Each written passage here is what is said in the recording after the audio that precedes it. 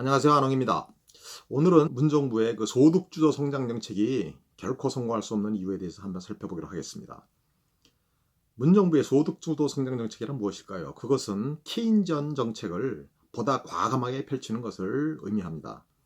케인즈는 탄광에 돈을 파묻어 놓고 사람들이 파가기만 해도 그것이 소비 수요를 늘려서 경기를 살아나게 할 수 있다고 했습니다. 이러한 원리에 입각해서 지금 문정부가 소득주도 성장 정책을 펼치고 있고, 그 내용적으로는 정부 지출을 크게 확대하고 추경 등을 확대하면서, 또한 최근에 들어서는 재난기본소득 등을 확대하면서 정부 지출 확대를 통해 민간의 소비 수요를 늘려서 경기를 회복하려는 것입니다. 이러한 정책은 과연 성공할 수 있을까요? 그것은 성공하기 어렵습니다. 보시다시피 지난 우리가 IMF 이후에 97년부터 지금까지 20여 년간 정부의 정책이란 대부분 재정지출 확장 정책이었습니다. 과감한 정부 지출 확대와 추경 확대를 통해서 그동안 그 민간의 소비 수요를 늘리려고 노력해왔지만 결과적으로 성공하지 못했습니다. 20년간 침체 기조는 계속 하향 기조로 일관성 있게 오늘까지 유지되었고, 이제는 1% 성장대, 0% 성장대로 하락하고 있습니다. 이와 똑같은 것이 일본입니다. 일본이 우리보다 먼저 이러한 추세를 보였죠.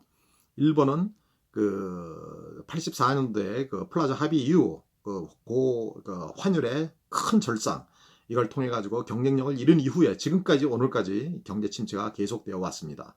이를 해결하려고 온갖 재정 확대 정책을 무분별할 정도로 확대했고, 헬리콥터로 돈을 뿌리듯이 돈을 뿌렸으며 각 가게에 돈을 나눠주었고, 또한 수많은 재정 확장 정책을 펼쳤습니다.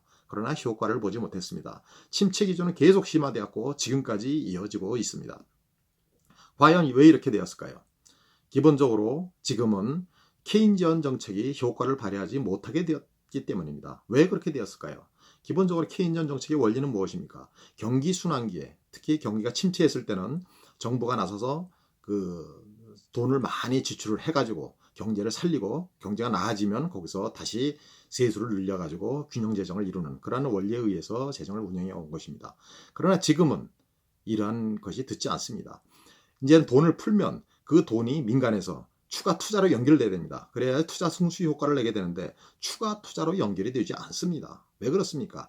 과거에는 투자 자본이 국내에만 있었고 국내에서만 돌았기 때문에 국내 소비가 늘면 그만큼 투자가 늘어나고 고용도 늘어나고 성장이 늘어났습니다. 그러나 지금은 투자가 글로벌 비교 투자를 하고 다른 나라의 투자 상황을 보면서 더 뛰어난 투자 경쟁력을 가진 곳으로 투자가 이동하고 있습니다.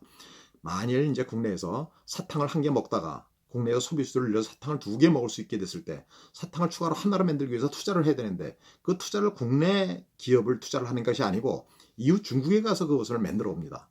그러면 이러한 그 정부의 재정 지출 효과는 바깥으로 새 나가게 됩니다. 이러한 부분이 점점 더 많아지고 있습니다. 특히 우리나라 같이 또 일본 같이 국내 투자 경쟁력이 크게 뒤쳐져서 어제도 말씀드렸지만 그 10분의 1 가격으로 중국에 가면 똑같은 것을 만들어 올 수 있는 이런 상황에서는 사실 투자할 것이 별로 없습니다. 이런 상황에서는 국내에서 돈을 풀어봐야 그 돈이 투자로 계속 연결이 돼야 되는데, 투자 연결되는 단계에서 단절이 됩니다. 더 이상 다음 투자로 연결이 되지 않고 그게 단절이 되고 새 나가면서 결국은 이런 그 소비 확대 효과가 단절이 되는 것입니다.